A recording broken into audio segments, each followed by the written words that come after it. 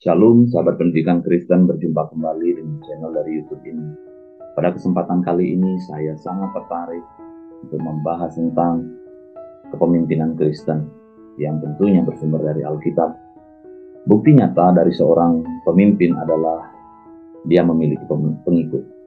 Jika Anda tidak memiliki pengikut, maka Anda bukanlah seorang pemimpin. Pengikut adalah orang yang percaya pada Anda dan mau mengikuti jejak Anda. Yesus adalah salah satu pemimpin hebat yang memiliki miliaran pengikut. Selama pelayanannya di atas muka bumi, dia bekerja melalui orang-orang untuk mencapai visinya, yaitu tentang kerajaan Allah dan kerajaan surga. Dia mulai dengan memanggil sekumpulan kecil yang berjumlah 12 orang dengan latar belakang temperamen yang berbeda-beda. Contohnya adalah Simon, Andreas, Yakobus, dan Yohanes. Mereka adalah para nelayan. Kemudian ada juga yang dipanggil adalah yang berasal dari anti politik pemerintah. Misalnya Simon orang Zelot dan Yudas Iskariot. Ada juga orang yang pro pemerintahan seperti Matius, yaitu sang pemungut cukai. Dengan latar yang berbeda-beda, lalu apa yang dilakukan oleh Yesus terhadap mereka untuk mencapai visinya? Yesus mementor para pengikut, mengajar, menantang, dan menyatukannya pada satu tujuan. Memaksa mereka keluar dari zona nyaman, mendelegasikan tugas penting kepada mereka. Yesus bekerja bersama dengan mereka. Yesus sang Mesias menciptakan komunitas yang fokus pada visi kerajaan. Dan dengan memimpin, mengajar, memotivasi, dan menginspirasi mereka, Yesus mengubah dunia. Yesus adalah pemimpin yang rendah hati. Dia tidak digerakkan oleh penghargaan, tepuk tangan, ataupun perhatian. Yesus mengakui mereka yang lebih dahulu menjadi pemimpin seperti Abraham, Musa, dan lain sebagainya.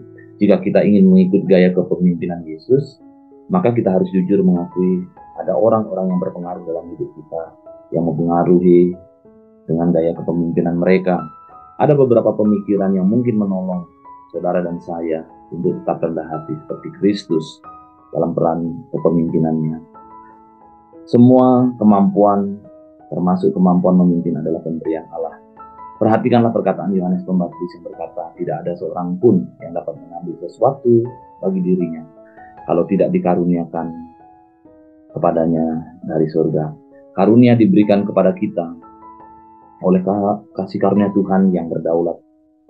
Kita dapat meningkatkan keterampilan tertentu. Kita bisa memoles kemampuan public speaking. Kita dapat belajar tentang administrasi yang efektif. Kita bisa berlatih manajemen waktu yang efisien. Tetapi panggilan untuk menjadi seorang pemimpin dan kemampuan esensial untuk mencapai visi melalui manusia adalah anugerah Tuhan. Kemampuan memimpin bukanlah alasan untuk menyombongkan diri. Tuhan memberikan kemampuan kepemimpinan kepada beberapa orang dan kepada orang lain. Dia memberikan kemampuan untuk mengenali dan mengikuti pemimpin. Beberapa orang memiliki tangan yang berbakat, suara yang berbakat, kemudian pikiran yang berbakat. Lalu siapa yang memiliki alasan untuk menyombongkan bakatnya? Apakah pemimpin lebih besar dari pengikut? Apa yang bisa dicapai pemimpin tanpa pengikut yang berbakat? Tidak ada apa-apa. Segala sesuatu yang dimiliki dan dilakukan oleh pemimpin berasal dari Tuhan. Jadi tidak ada alasan bagi seorang pemimpin untuk menyombongkan kemampuan kepemimpinan. Kita harus bersyukur kepada Tuhan atas kemampuan kepemimpinan kita. Karena Tuhan adalah sumber karunia kepemimpinan itu sendiri. Dan kita harus bersyukur. Dia memberi kita bakat alami dan karunia rohani kita. Dia membawa orang tua, mentor, guru, pelatih, dan orang-orang yang berpengaruh lainnya ke dalam hidup kita. Dia memimpin kita melalui pengalaman yang mempertajam keterampilan kepemimpinan kita. Sudahkah Anda bersyukur kepada Tuhan? Karena Dia yang menjadikan Anda pemimpin hari ini.